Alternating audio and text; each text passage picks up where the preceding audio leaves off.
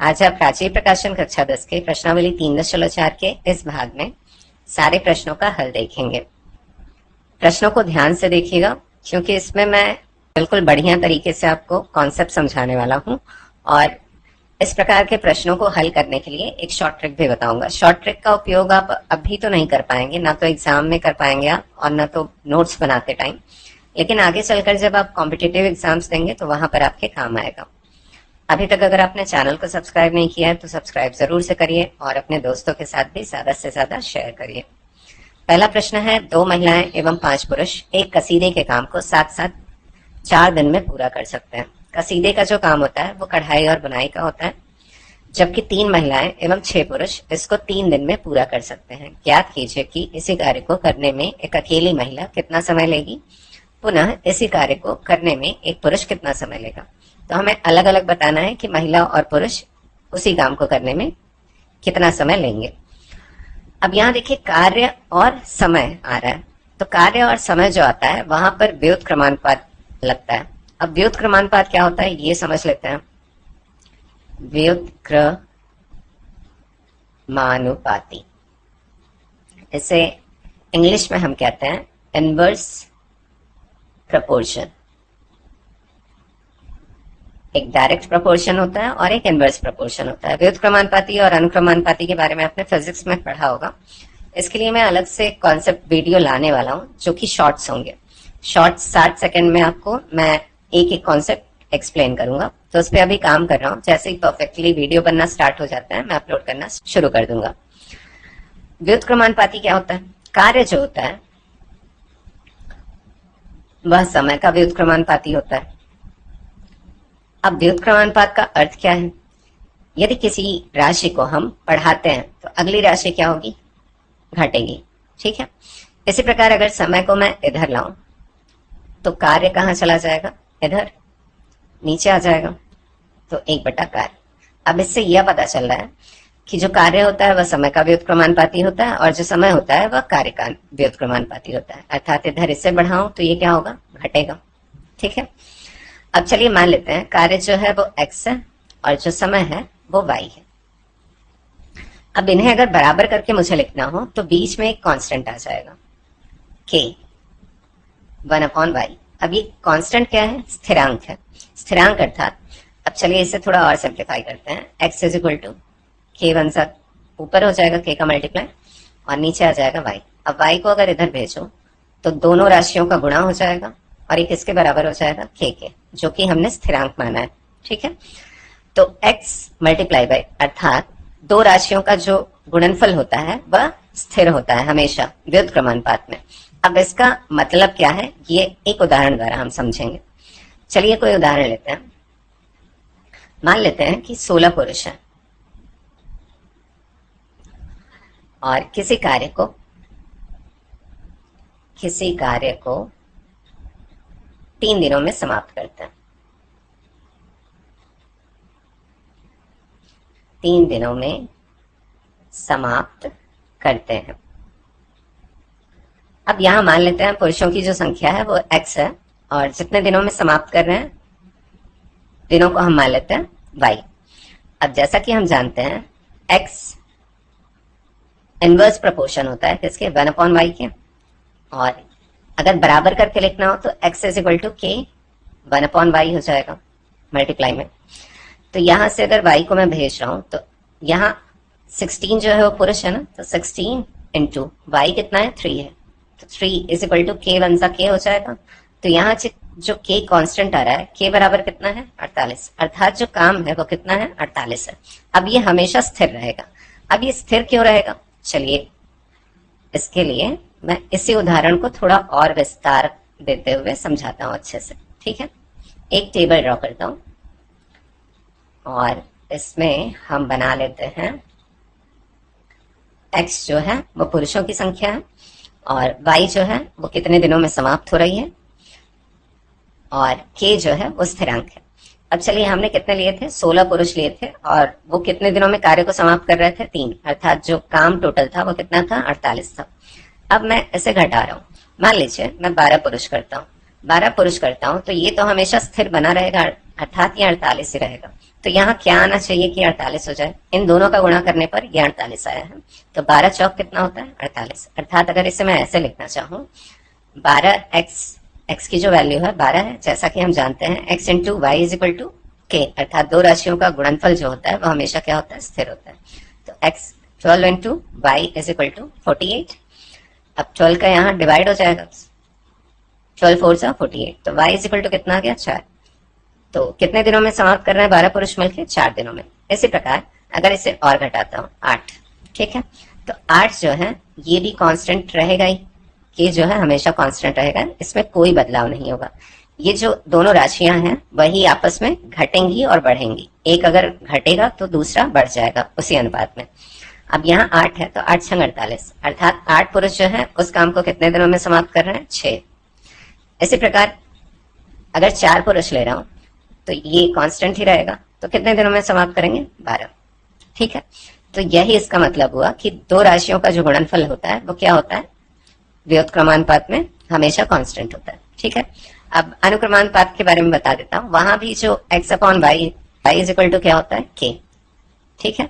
यहाँ x into y is equal to क्या होता है व्युत्क्रमानुपात में x into y is equal to k, और इसी प्रकार अनुक्रमानुपात में x upon y is equal to k।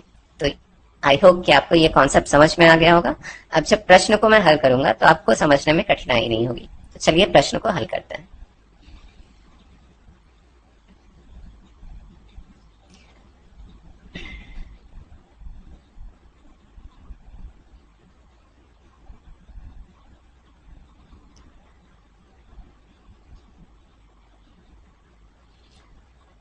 तो चलिए इसे हल करते हैं।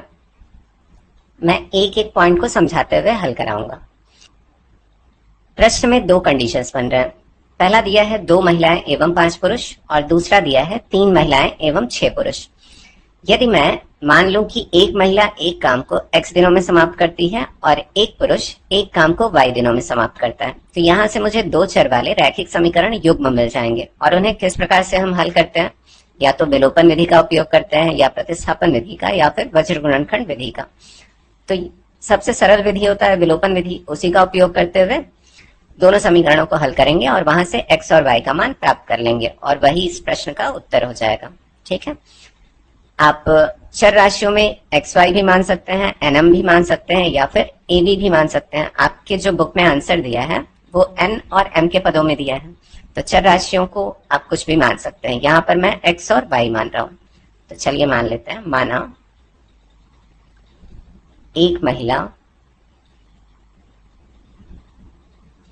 एक कसीदे के काम को x दिनों में समाप्त करती है, तथा एक पुरुष उसी काम को y दिनों में समाप्त करता है।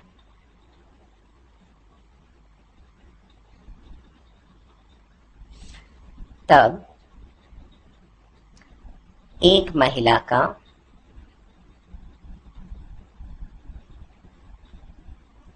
एक दिन का काम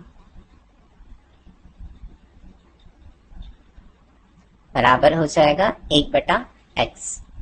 अब ये जो स्टेटमेंट मैंने लिखा है वो आपको कंफ्यूज करेगा कि ये किस प्रकार से हो गया, तो इसे भी समझ लेते हैं। यह महिला को आप भूल जाइए, ठीक है। सिर्फ ये देखिए कि एक कसीदे के काम को x दिनों में समाप्त करती है, तो एक काम है और उसे समाप्त होने में कितने दिन लग रहे हैं, x दिन लग रहे हैं, और मुझे कितने दिन पता करना है, एक दिन का काम पता करना है। यदि यहाँ एक दिन का मुझे काम पता करना है तो x को मैं इधर भेज दूंगा, यहाँ से ये इधर आएगा तो डिवाइड में हो जाएगा, तो कितना हो जाएगा 1/x, अर्थात एक दिन का जो काम है वो कितना है 1/x है, और एक महिला कर रही है तो एक का इसमें गुणा कर देंगे, तो एक महिला द्वारा एक दिन का जो काम है वो पता चल जाएगा। तो 1 का अगर 1/x में मल्टीप्लाई होगा तो क्या आएगा 1/x। तो इसे बारी बारी ना लिखते हुए मैंने एक ही बार में लिख दिया, ठीक है। यदि मान लीजिए 2 महिला का एक दिन का काम पता करना होता तो क्या करते हैं, इसमें 2 से मल्टीप्लाई कर देते, तो ये कितना आ जाता, 2/x। यदि 3 महिलाएं होती तो 3 का मल्टीप्लाई 1/x से कर देते, तो ये कितना आ जाता, 3/x। तो आई होप ये समझ में आ गया होगा आपको। तो चलिए अगला स्टेटमेंट लिख लेते हैं। तथा एक पुरुष का एक दिन का काम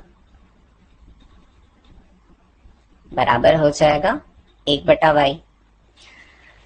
अब 2 महिलाएं एवं 5 पुरुष एक साथ काम कर रहे हैं, तो उनका एक दिन का काम क्या हो जाएगा, दोनों साथ में मिलकर काम कर रहे हैं, तो एक तो हो जाएगा 2/x, 2 महिलाओं के एक दिन का काम 2/x हो जाएगा, और 5 पुरुषों का एक दिन का काम 5/y हो जाएगा।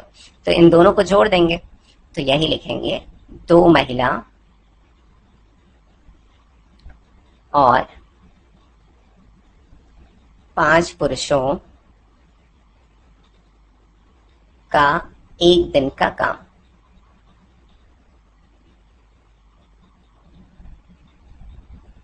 बराबर 2/x, जैसा कि मैंने बताया था ऊपर भी, प्लस 5/y। अब इसे सिंप्लीफाई कर सकते हैं, इन दोनों का एलसीएम लेना पड़ेगा, या दूसरा तरीका भी है, इन दोनों का मल्टीप्लाई कर लीजिए, उसे नीचे लिख लीजिए और क्रॉस मल्टीप्लाई कर लीजिए। y का मल्टीप्लाई 2 से होगा तो 2y, प्लस फिर 5 का अगर x में मल्टीप्लाई होगा तो 5x। अब x के पद को मैं पहले लिख रहा हूं, तो 5x + 2y/xy हो जाएगा। ठीक है, ये तो पता चल गया।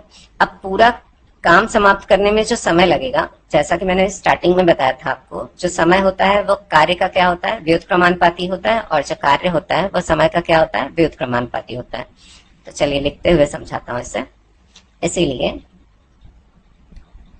पूरा काम समाप्त करने में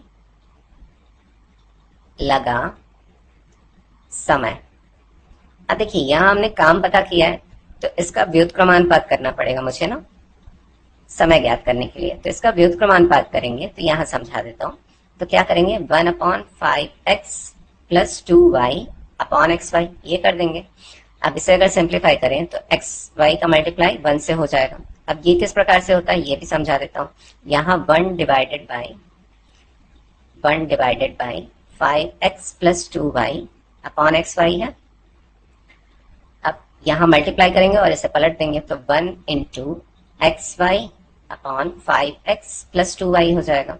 अब xy का अगर 1 में मल्टीप्लाई होगा तो सेम वही आएगा xy, और नीचे क्या आ जाएगा 5x + 2y। तो वही यहाँ पर कर रहा हूं, क्या लिख देंगे, xy/5x + 2y। अब ये बराबर दिया है कितना, साथ साथ मिलकर 4 दिनों में पूरा कर सकते हैं, तो इसके बराबर किसे मान लेंगे हम, 4 को। ठीक है, तो यहां से पहला समीकरण हमें मिल जाएगा। तो चलिए नेक्स्ट पेज पे करते हैं इसे। प्रश्नानुसार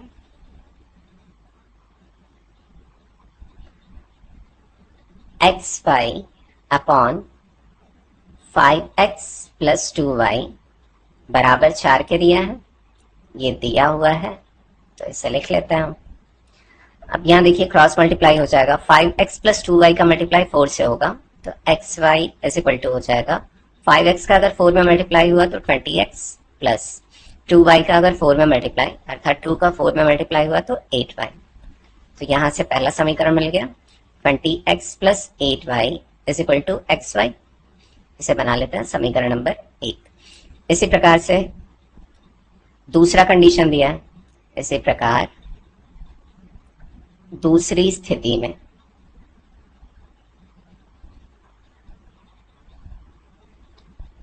अब चलिए प्रश्न में देख लेते हैं।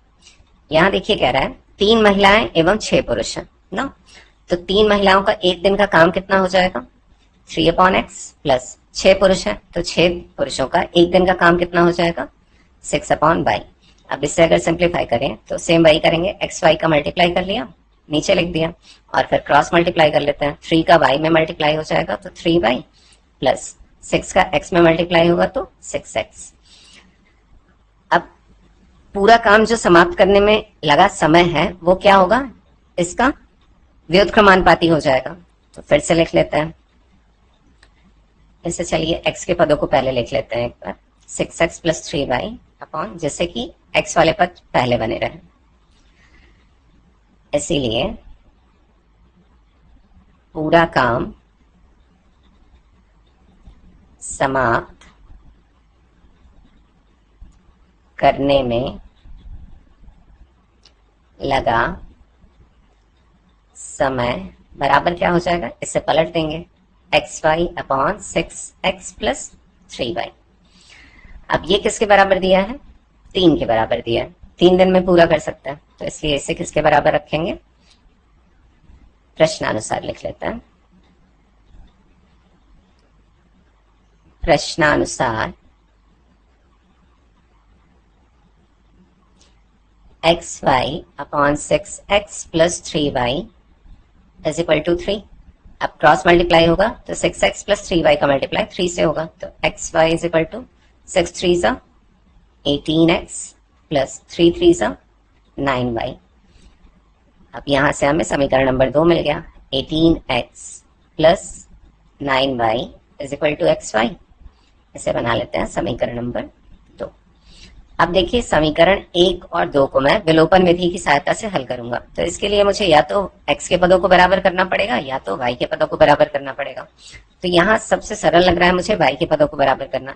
यदि समीकरण 1 के दोनों पक्षों में मैं 9 से गुणा कर दूं तो यहाँ 72 हो जाएगा। इसी प्रकार समीकरण 2 के दोनों पक्षों में मैं 8 से गुणा कर दूं तो यहाँ क्या हो जाएगा, 72 ना, तो 72y और 72y। तो चलिए इसे नेक्स्ट पेज पे करते हैं। समीकरण 1 तथा समीकरण 2 के दोनों पक्षों में क्रमशः,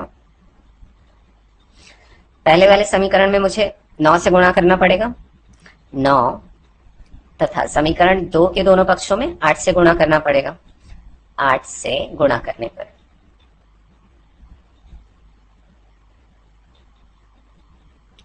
तो समीकरण 1 जो है वो 20x plus 8y is equal to xy था।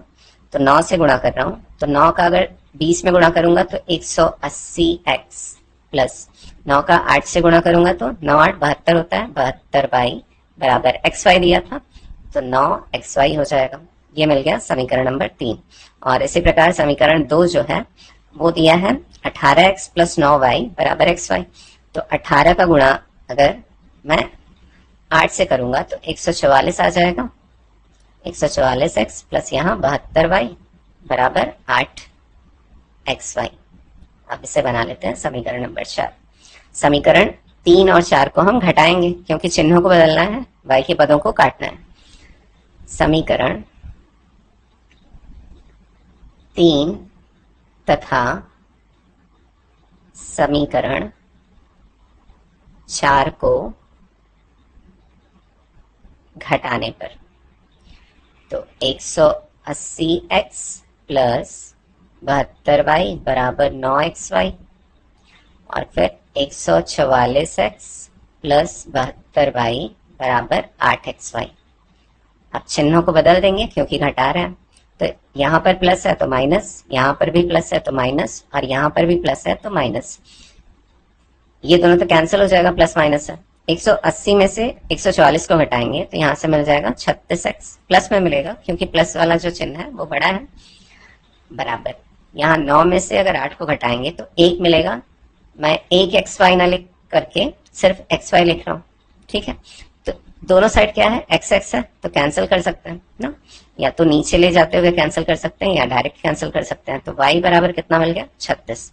अब y का मान मैं तो या तो समीकरण 3 4 या 1 2 किसी में भी रखूं, तो यहाँ पर मैं y का मान जो है समीकरण 1 में रख रहा हूँ, ठीक है। समीकरण 1 जो है वो क्या है, 20x plus 8y is equal to xy, यही है, ठीक है।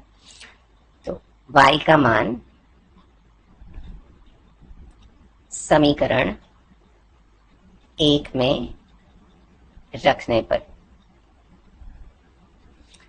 तो समीकरण 1 20x plus 8 into 36 is equal to x into 36 हो जाएगा। इधर भी y है ना, अब इसे सिंप्लीफाई कर लेते हैं। 20x प्लस 8 का गुणा अगर 36 से करेंगे तो ये आ जाएगा 288 बराबर 36x। अब चर पदों को एक साइड ले जाएंगे और अचर पदों को दूसरे साइड रहने देंगे। तो 36x के बगल में 20x को ला रहा हूं, तो 36x ये इधर आके माइनस में हो जाएगा। 20x इज इक्वल टू इधर प्लस 288 बचा है। अब 36 में से अगर 20 को घटाएंगे तो 16x मिलेगा बराबर 288। तो x बराबर, चलिए यहीं कर देता हूं, x बराबर क्या हो जाएगा 288 बटा 16। 16 से अगर इसे भाग दूंगा तो ये 18 बच जाएगा। तो x बराबर क्या मिल गया 18। ठीक, तब हमें ये पता चल गया कि एक महिला उस काम को कितने दिनों में समाप्त कर सकती है। उसे x माना था मैंने, तो 18 दिनों में समाप्त कर सकती है। और एक पुरुष जो है उस काम को कितने दिनों में समाप्त कर सकता है 36 दिनों में समाप्त कर सकता है, जिसे मैंने y माना था। ठीक है, तो अब उत्तर लिख देंगे यहां पर। अतः एक महिला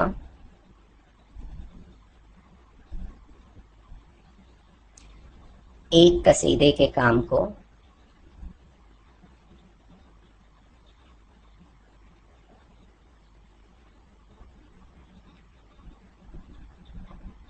समाप्त करेगी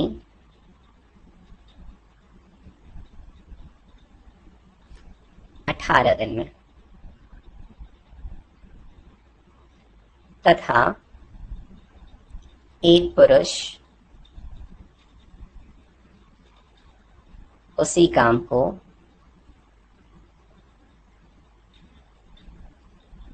समाप्त करेगा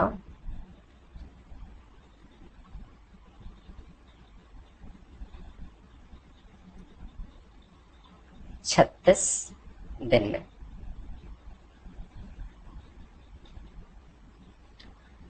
तो आई होप कि आपको ये प्रश्न अच्छे तरीके से समझ में आ गया होगा।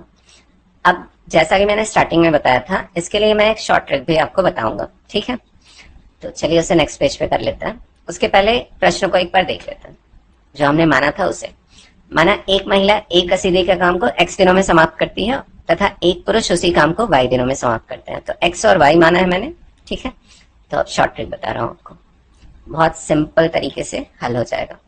तो दो महिलाएं हैं ना, तो 2x हो जाएगा उसके लिए, और 5 पुरुष हैं, दोनों मिलके काम कर रहे हैं, तो प्लस 5y करेंगे। ठीक है, अब ये कितने दिनों में समाप्त कर रहे हैं 4 दिनों में समाप्त कर रहे हैं। ठीक है, अभी कुल काम हमें नहीं पता है। और उसके बाद जो सेकंड कंडीशन बन रहा है वो है 3x प्लस 3 महिलाएं हैं और 6 पुरुष हैं, कितने दिनों में समाप्त कर रहे हैं 3। अब यहां से हम इनका काम निकालेंगे। काम, टोटल काम या कुल काम निकालने के लिए इन दोनों का एलसीएम लेना पड़ेगा। अगर एलसीएम लेंगे तो 4 तिहाई 12 आ रहा है। अब 2 जो महिला है और 5 पुरुष का एक दिन का काम अगर निकालना है तो इससे मुझे इससे डिवाइड करना पड़ेगा। तो 4 तिहाई 12 अर्थात एक दिन का काम इन दोनों का कितना आ रहा है 3, और फिर इससे अगर 12 को डिवाइड करेंगे तो कितना आ जाएगा 4, अर्थात 3 महिलाएं और 6 पुरुष मिलकर एक दिन में कितना काम कर रहे हैं 4, और टोटल काम कितना है 12। तभी तो ये 4 दिनों में समाप्त हो रहा है और ये कितने दिनों में समाप्त हो रहा है 3। ठीक है, तो ये दोनों मिलके एक दिन में कितना काम कर रहे हैं 3 काम, और ये दोनों मिलके एक दिन में कितना काम कर रहे हैं 4 काम। इतना क्लियर हो गया। अब यहां से 2 चर वाले रैखिक समीकरण युग्म मिलेगा। कैसे, देखिए 2x plus 5y is equal to 3 और 3x plus 6y is equal to 4।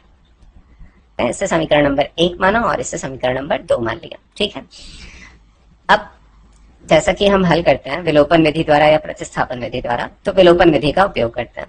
यहाँ x के पदों को बराबर करना आसान है। समीकरण 1 के दोनों पक्षों में मैं 3 से गुणा कर दूं और समीकरण 2 के दोनों पक्षों में मैं 2 से गुणा कर दूं। तो 3 से इसमें गुणा करूंगा तो कितना हो जाएगा 6x plus 3 5 15y is equal to 3 3 9। ये मिल गया समीकरण नंबर 3। और इसी प्रकार 2 से समीकरण 2 के दोनों पक्षों में गुणा कर रहा हूं, तो 2 से अगर इसमें गुणा करूंगा तो 6x plus 2 6 12y is equal to 2 4 8। ये मिल गया समीकरण नंबर 4। अब इसे घटा लेंगे क्योंकि चिन्हों को बदलना है ना। तो यहाँ प्लस है तो माइनस, यहाँ भी प्लस है तो माइनस, और यहाँ भी प्लस है तो माइनस। इससे ये कैंसिल हो जाएगा। यहाँ क्या मिलेगा, 15 में से अगर 12 को निकाला तो 3 प्लस में मिलेगा, क्योंकि प्लस जो है बड़े अंक के साथ है। तो 3y इज इक्वल टू 9 में से 8 को अगर निकाला तो कितना मिला, 1। तो y बराबर कितना मिल गया, 1/3। अब देखिए y अकेले अर्थात पुरुष जो है वो अकेले 1/3 काम कर रहा है ना, एक दिन का काम उसका आ रहा है। तो चलिए अभी x का मान निकाल लेते हैं, फिर डिटेल में समझाता हूं आपको। अब y का मान या तो मैं समीकरण 1 या 2, 3, 4 किसी में भी रखूं, x का मान मिल जाएगा। तो y का मान जो है मैं समीकरण 1 में रख रहा हूं। तो 2x plus 5 into 1/3 is equal to 3। अब 3 को अगर यहां से हटाना है, इसे चलिए एक स्टेप और लिख देता हूँ। 5 का अगर 1 में मल्टीप्लाई हुआ तो 5/3 इज इक्वल टू 3। अब 3 को अगर यहां से हटाना है तो 3 का गुणा इधर भी होगा और 3 का गुणा बराबर के इधर भी हो जाएगा। तो इसे यहां हल कर रहा हूं। तो 3 दूनी 6x प्लस 5 बराबर 3 तिरकाई 9। तो 6x इज इक्वल टू क्या हो जाएगा, 5 को इधर भेज देंगे तो 9 माइनस 5। तो 6x इज इक्वल टू कितना मिल गया, 4। तो x इज इक्वल टू कितना मिला, 4/6। ये कैंसिल हो जाएगा, 2 2 सा 4 और 2 3 सा 6। ठीक है। तो y का एक दिन का काम कितना मिला है, 1/3। अर्थात पुरुष जो है एक दिन में कितना काम कर रहा है, 1/3। और महिला जो अकेली एक दिन में कितना काम कर रही है, 2/3। और टोटल काम कितना है, 12 है। तो हमें डिवाइड करना पड़ेगा ना, कितने दिन लगेंगे इसके लिए। तो x का कितना वैल्यू है, 2/3 ना। तो 12 टोटल काम है। तो 12 से अगर 2/3 को हम डिवाइड करेंगे तो इसे ऐसे लिखेंगे ना, अगर और सिंप्लीफाई करें तो 12 मल्टीप्लाई लिखेंगे और 3 ऊपर चला जाएगा और 2 कहाँ जाएगा, नीचे। तो 2 6 12 और 6 3 18। तो 18 दिन मिल गए। अर्थात 18 दिनों में टोटल 12 काम को महिला समाप्त कर देगी। उसी प्रकार y बराबर कितना ज्ञात किया है, 1/3। तो 1/3 को भी डिवाइड करेंगे ना, 1/3। तो 12 डिवाइडेड बाई 1/3। अब इसे भी सिंप्लीफाई करें तो 12 मल्टीप्लाई बाई 3/1 हो जाएगा। 12 3 सा 36 होता है, और 36 का अगर 1 से डिवाइड करेंगे तो 36 ही आएगा। अर्थात जो पुरुष है वो कितने दिनों में समाप्त करेगा उस काम को, 36 दिनों में। तो आंसर सेम आ रहा है ना। तो चलिए ये प्रश्न समाप्त हो गया है। अब अगले 2 प्रश्नों की तरफ बढ़ते हैं। सिर्फ 2 ही प्रश्न है इसमें आगे।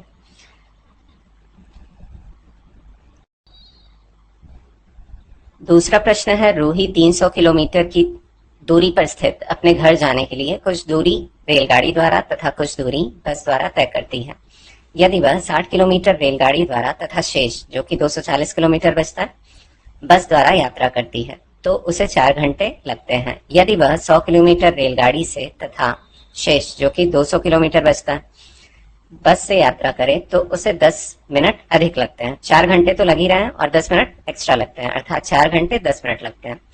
रेलगाड़ी एवं बस की क्रमशः चाल ज्ञात कीजिए। प्रश्न में देखिए चाल आ रहा है, दूरी आ रही है और समय आ रहा है। तो इसके लिए हमें फॉर्मूला पता है, क्या होता है, चाल बराबर दूरी बटा समय। और इसी प्रकार अगर समय को इधर भेज दूं तो समय बराबर क्या हो जाएगा, दूरी और चाल इधर आ जाएगा बटा चाल। तो इसी फॉर्मूले का यूज करते हुए इस प्रश्न को हल करेंगे। अब किस प्रकार से करते हैं चलिए देखते हैं।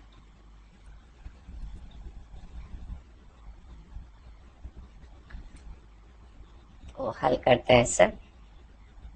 पहले मान लेते हैं रेलगाड़ी की चाल और बस की चाल। माना रेलगाड़ी की चाल बराबर x किलोमीटर पर आवर। अब आपके बुक में जो दिया है वो u और v के पदों में दिया है, मैं यहाँ पर x और y मानूंगा, ठीक है। और दूरी जो हम लिखते हैं वो किलोमीटर पर आवर या मीटर पर सेकंड में लिखते हैं, तो यहाँ किलोमीटर पर आवर में लिखेंगे क्योंकि घंटे में दिया है ना समय, ठीक है। तथा बस की चाल बराबर y किलोमीटर पर आवर है। अब 2 स्थितियां यहां बन रही हैं, 2 कंडीशंस बन रहे हैं। पहले कंडीशन में 60 किलोमीटर रेलगाड़ी द्वारा तथा शेष जो बचता है 240 किलोमीटर वह बस द्वारा तय किया जा रहा है। तो लिख लेते हैं, पहली स्थिति में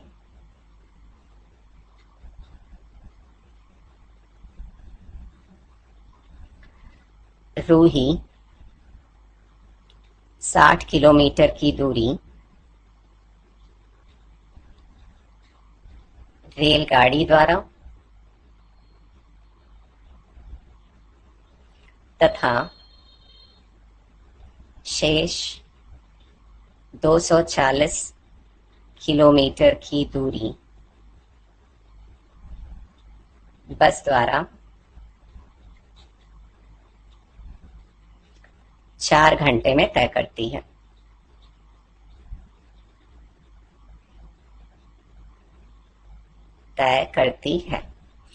अब देखिए, जैसा कि मैंने बताया था, फॉर्मूला क्या होता है, समय बराबर दूरी बटा 4।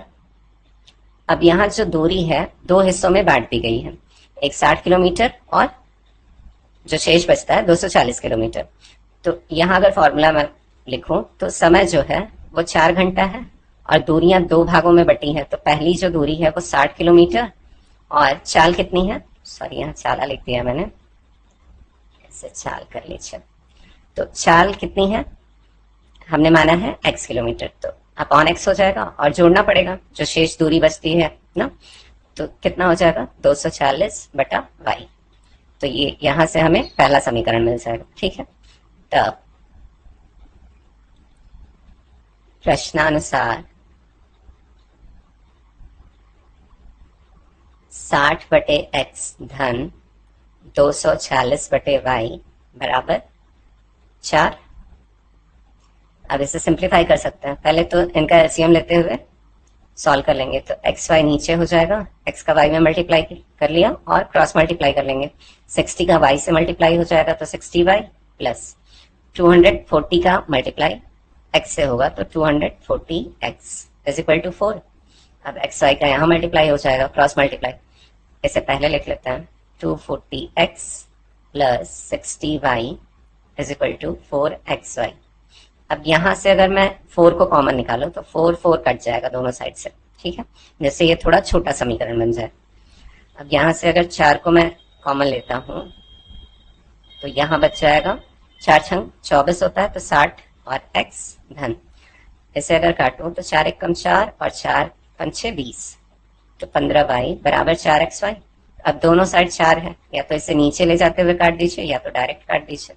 तो यहां से हमें समीकरण नंबर पहला मिल गया जो कि है 60x धन 15y बराबर xy। इसे बना लेते हैं समीकरण नंबर 1। अब दूसरी स्थिति भी देखते हैं हम क्या होता है, तो अगले पेज पे इसे सॉल्व करते हैं। दूसरी स्थिति में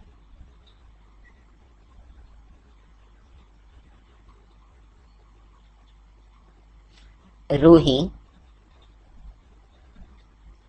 100 किलोमीटर की दूरी रेलगाड़ी द्वारा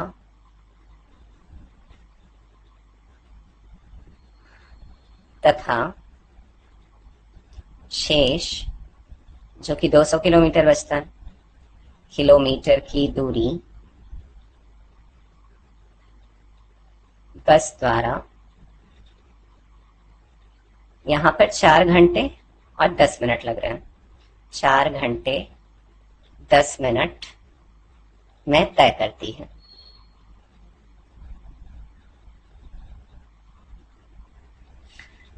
तब प्रश्नानुसार क्या हो जाएगा, प्रश्नानुसार यहां जो पहली दूरी है वो 100 किलोमीटर है तो 100 अपॉन x धन बाकी का बचता है 200 तो 200 अपॉन वाई बराबर 4 घंटे, और मैं जो मिनट को है उसे भी घंटे में कन्वर्ट कर रहा हूं। तो अगर मुझे कन्वर्ट करना है उसे तो धन लगाऊंगा, ये भी 4 घंटे में है और जो कन्वर्ट करूंगा वो भी कितने में आएगा, घंटे में, तो प्लस करूंगा। तो अगर मिनट को मुझे आवर में कन्वर्ट करना है तो अपॉन 60 से डिवाइड कर दूंगा, तो इससे ही घट जाएगा, कितना आएगा 1/6 आ जाएगा। ठीक, 1/6 आवर, तो दोनों आवर जुड़ेंगे। ठीक है, तो इसे और सरल कर लेते हैं। 100 upon x plus 200 upon y is equal to 6 4 ज़ा 24 और 24 में 1 जुड़ेगा तो कितना आ जाएगा 25 अपॉन 6 आवर टोटल आ गया। अब इसे सिंप्लीफाई कर लेते हैं, इन दोनों का एलसीएम लेंगे तो एक्स वाई आएगा, या तो सीधे मल्टीप्लाई कर लीजिए और क्रॉस मल्टीप्लाई कर लीजिए। 100 का अगर y में मल्टीप्लाई किया तो 100y हो जाएगा प्लस 200 का अगर x में मल्टीप्लाई किया तो 200x is equal to 25/6। Cross multiply होगा, 6 का मल्टीप्लाई इन दोनों के साथ हो जाएगा और एक्स वाई का मल्टीप्लाई इधर हो जाएगा। पहले x के पद को पहले लिख लेते हैं, तो 200x plus 100y upon x y is equal to 25/6। अब 6 का मल्टीप्लाई इधर करेंगे तो कितना आ जाएगा 1200x धन 6 का अगर 100 में किया तो 600y बराबर 25xy। अब देखिए अगर इधर से 25 को हटाना है तो यहां से 25 को मैं कॉमन ले ले रहा हूं, ठीक है। अगर 25 को यहां से कॉमन लेता हूं तो यहां बच जाएगा 48x धन और 600y में बच जाएगा 24y बराबर 25xy। इससे ये कैंसिल हो जाएगा, या तो नीचे ले जाते हुए कैंसिल करिए या तो डायरेक्ट कैंसिल कर दीजिए। तो दूसरा समीकरण यहां से मिल गया 48x धन 24y बराबर xy, ये मिल गया दूसरा समीकरण। अब हमें दो समीकरण मिल चुके हैं, तो या तो x के पदों को मैं बराबर कर लूं या तो y के पदों को बराबर कर लूं। तो देखिए समीकरण 1 जो है वो यहाँ पर 15y है और समीकरण 2 जो है वो 24y है।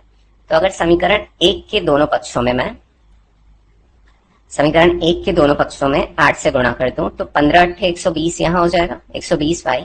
और इसी प्रकार समीकरण 2 के दोनों पक्षों में मैं अगर 5 से गुणा कर दूं तो 24 पंचे कितना होता है 120, तो 120y हो जाएगा। तो y के पदों को बराबर करते हुए विलोपन विधि द्वारा इसे हल करेंगे, ठीक है। तो चलिए नेक्स्ट पेज पे इसे कर लेते हैं।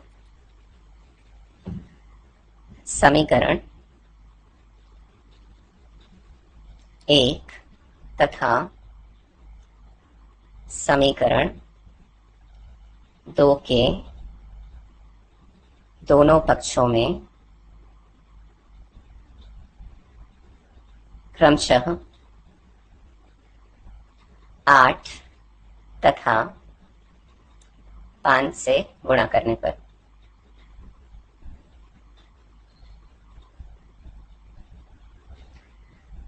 समीकरण 1 जो था वो है, चलिए यहां लिख देता हूं जिससे कि कंफ्यूजन ना हो, 60x plus 15y is equal to xy था। और समीकरण 2 जो था वो है 48x धन 24y बराबर xy। अब इसमें मैं 8 से गुणा कर रहा हूं तो 8 छंग 48, ये कितना हो जाएगा 480x धन यहाँ 120y हो जाएगा बराबर 8xy, ये बन जाएगा समीकरण नंबर 3। और फिर मैं 5 से यहां गुणा कर रहा हूं तो ये हो जाएगा 240x धन 24 पंचे 120y बराबर 5xy, ये मिल गया समीकरण नंबर 4। अब y के पद बराबर तो हो गए लेकिन हमें घटाना पड़ेगा समीकरण 3 में समीकरण 4 को, तो क्या होगा चिन्ह बदल जाएंगे। तो यही करते हैं, समीकरण 3 तथा समीकरण 4 को घटाने पर 480x धन 120y बराबर 8xy और फिर 240x धन 120y बराबर 5xy। आप घटा रहे हैं तो चिन्हों को बदल देंगे, यहाँ प्लस है तो माइनस, यहाँ प्लस है तो माइनस और यहाँ भी प्लस है तो माइनस, ये दोनों तो कैंसिल हो जाएगा प्लस माइनस में। 480 में से अगर 240 को निकालूंगा तो कितना बचेगा 240x बराबर 8 में से अगर 5 को निकाल रहा हूं तो कितना बचेगा 3xy। देखिए दोनों साइड x है तो इससे तो पहले कैंसिल कर देंगे, sorry 3y is equal to 240 बचेगा और 3 से फिर ये डिवाइड हो जाएगा कितने टाइम 3 8 24 और 0, तो y बराबर कितना मिल गया 80। अब y का जो मान है वो समीकरण 1 2 3 या 4 में रखिए तो x का मान प्राप्त हो जाएगा। तो y का मान मैं समीकरण 1 में रख रहा हूं। y का मान समीकरण 1 में रखने पर तो 60x प्लस 15 इंटू 80 हो जाएगा is equal to x into फिर y का मान रखना है तो यहां भी 80 रख देंगे। अब इसे यहां सॉल्व करते हैं तो 60x प्लस 15 120 होता है तो यहां पर आ जाएगा 1200 बराबर 80x हो जाएगा। अब चर पदों को एक साइड ले जाएंगे और अचर पद को दूसरे साइड आने देंगे तो 80x के साइड में मैं ला रहा हूं 60x को तो इधर आके माइनस में हो जाएगा तो minus 60x is equal to 1200। तो यहां से कितना बच जाएगा 20x बराबर 1200। अब 20 से एक जीरो से तो एक जीरो कैंसिल हो जाएगा और 2 से अगर इसे डिवाइड करेंगे कितना टाइम जाएगा 60 टाइम। तो x बराबर कितना मिल गया 60। रेलगाड़ी की चाल हमने क्या मानी थी x किलोमीटर पर आवर और जो बस की चाल है उसे क्या माना था y जो कि है 80 किलोमीटर पर आवर हो जाएगा। ठीक है, तो यहाँ थोड़ा अजीब बात है कि रेलगाड़ी की जो चाल है वो कम है और बस की जो चाल है वो अधिक है। ऐसा होना तो नहीं चाहिए लेकिन अब आंसर दिया है तो दिया है। तो अब आंसर लिख लेते हैं। अतः रेलगाड़ी की चाल बराबर 60 किलोमीटर पर आवर तथा बस की चाल बराबर 80 किलोमीटर पर आवर है। तो ये इसका उत्तर हो गया। अब चलिए अगले प्रश्न की तरफ बढ़ते हैं। तीसरा प्रश्न है एक आदमी और एक लड़का एक काम को 24 दिन में कर सकते हैं और 2 आदमी और 7 लड़के उसी काम को 8 दिन में कर सकते हैं। प्रत्येक को अलग अलग काम करने में कितने दिन लगेंगे। इस प्रश्न को भी हम पहले प्रश्न की तरह ही हल करेंगे और जो दूसरा प्रश्न मैंने हल कराया है उसमें भी शॉर्ट ट्रिक लगेगा और इसमें भी लगेगा। तो आप शॉर्ट ट्रिक लगाते हुए सॉल्व करिएगा। अगर आपका आंसर आ जाता है तो आप कमेंट करके बताइएगा जरूर। ठीक है, तो चलिए इस प्रश्न को हल करते हैं। अब पहले मान लेते हैं, माना एक आदमी एक काम को x दिनों में तथा एक लड़का उसी काम को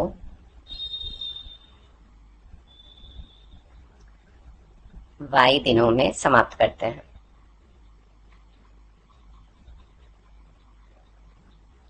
समाप्त करते हैं तब एक आदमी का एक दिन का काम कितना हो जाएगा। एक आदमी का एक दिन का काम बराबर 1/x हो जाएगा। इसे मैं पहले ही समझा चुका हूं पहले प्रश्न में। ठीक है, तथा एक लड़के का एक दिन का काम बराबर 1/y हो जाएगा। अब यहां दिया है कि एक आदमी और एक लड़का एक काम को 24 दिन में कर सकते हैं। तो पहला कंडीशन यहां बन रहा है और दूसरे कंडीशन में क्या दिया है 2 आदमी और 7 लड़के उसी काम को 8 दिन में कर सकते हैं। तो यहां भी 2 स्थितियां बन रही हैं तो 2 रैखिक समीकरण युग्म मिलेंगे और उन्हें भी हम विलोपन विधि द्वारा हल करेंगे। एक आदमी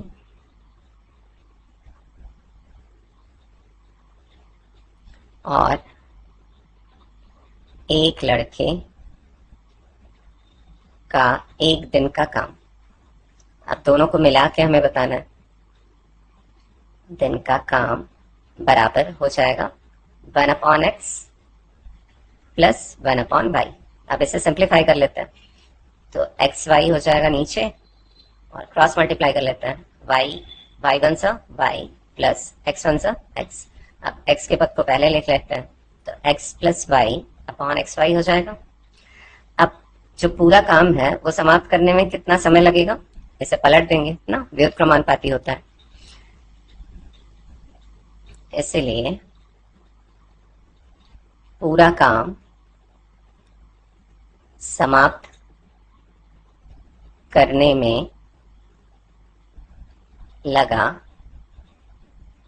समय बराबर x y upon x plus y. और ये किसके बराबर दिया है? पहले कंडीशन में 24 दिन के बराबर दिया है। ठीक है, तब प्रश्नानुसार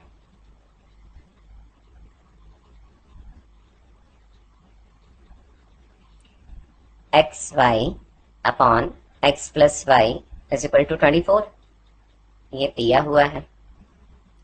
अब इससे चलिए नेक्स्ट पेज पे सिंप्लीफाई करते हैं। x प्लस वाई का मल्टीप्लाई 24 से हो जाएगा ना, तो नेक्स्ट पेज पे कर लेते हैं इसे। तो यहां हो जाएगा 24x plus 24y is equal to x y. ये मिल गया हमें समीकरण नंबर 1। इसी प्रकार दूसरी स्थिति में, इसी प्रकार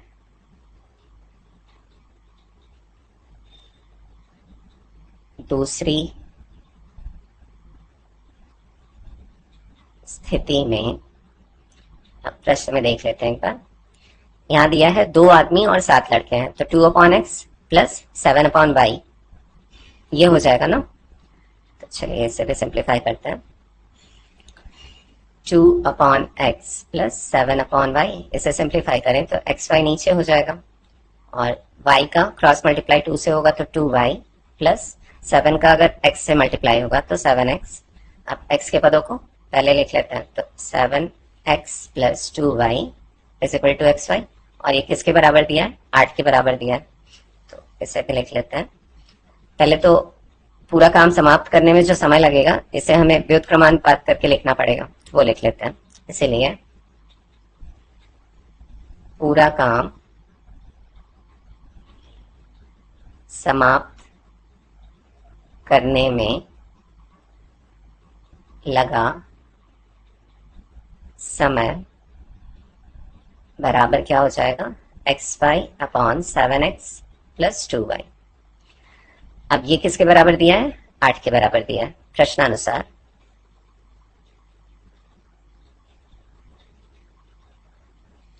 x y upon 7x plus 2y is equal to 8।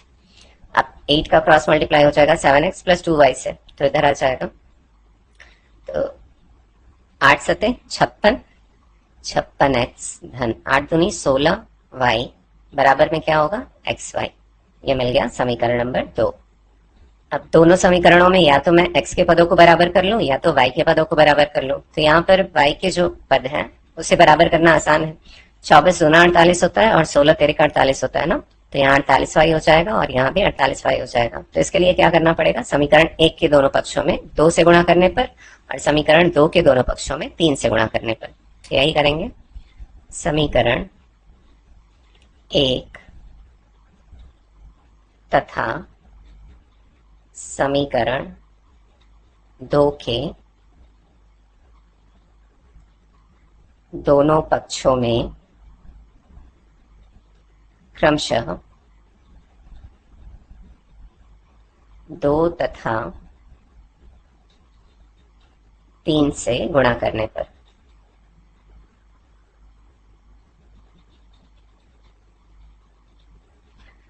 तो 24 में अगर 2 से गुणा करेंगे तो 48 हो जाएगा। 48x धन 48y बराबर 2xy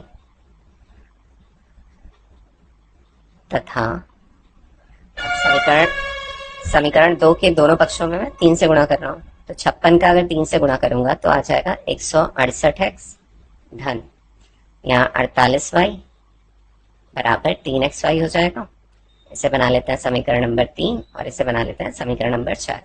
अब समीकरण 3 और 4 को हमें घटाना पड़ेगा, तभी तो y वाले जो पद हैं वो कट पाएंगे। तो नेक्स्ट पेज पे कर लेते हैं इसे। समीकरण 3 तथा समीकरण 4 को घटाने पर, तो 48x धन 48y बराबर 2xy और 168x धन 48y बराबर 3xy। अब घटा रहे हैं तो चिन्हों को बदल देंगे, यहाँ प्लस है तो माइनस, यहाँ प्लस है तो माइनस, और यहाँ भी प्लस है तो माइनस।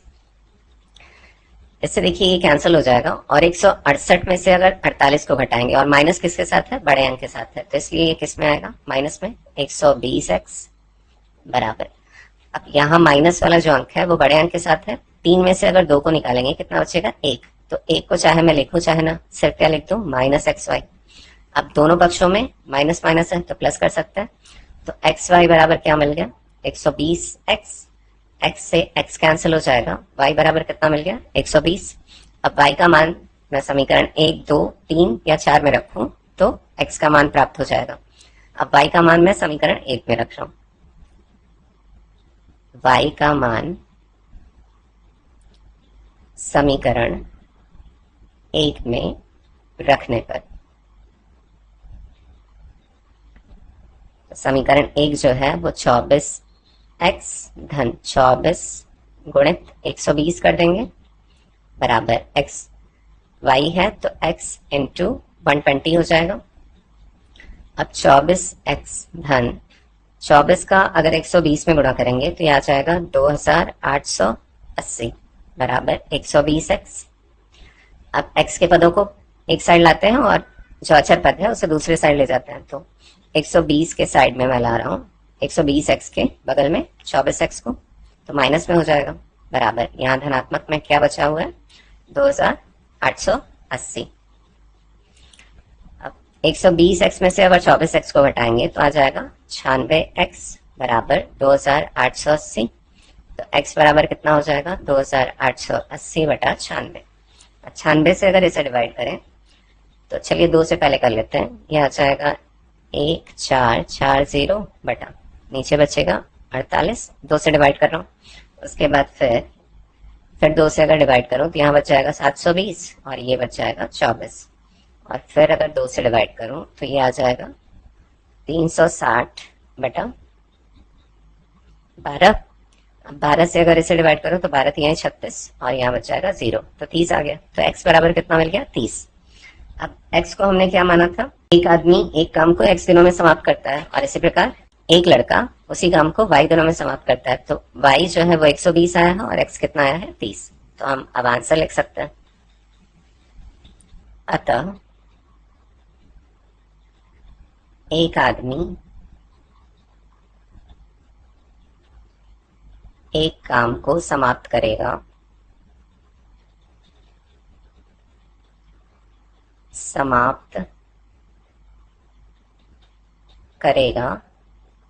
30 दिनों में। x की वैल्यू कितनी मिली है, 30,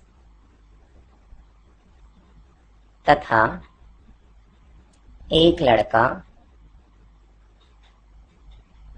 उसी काम को समाप्त करेगा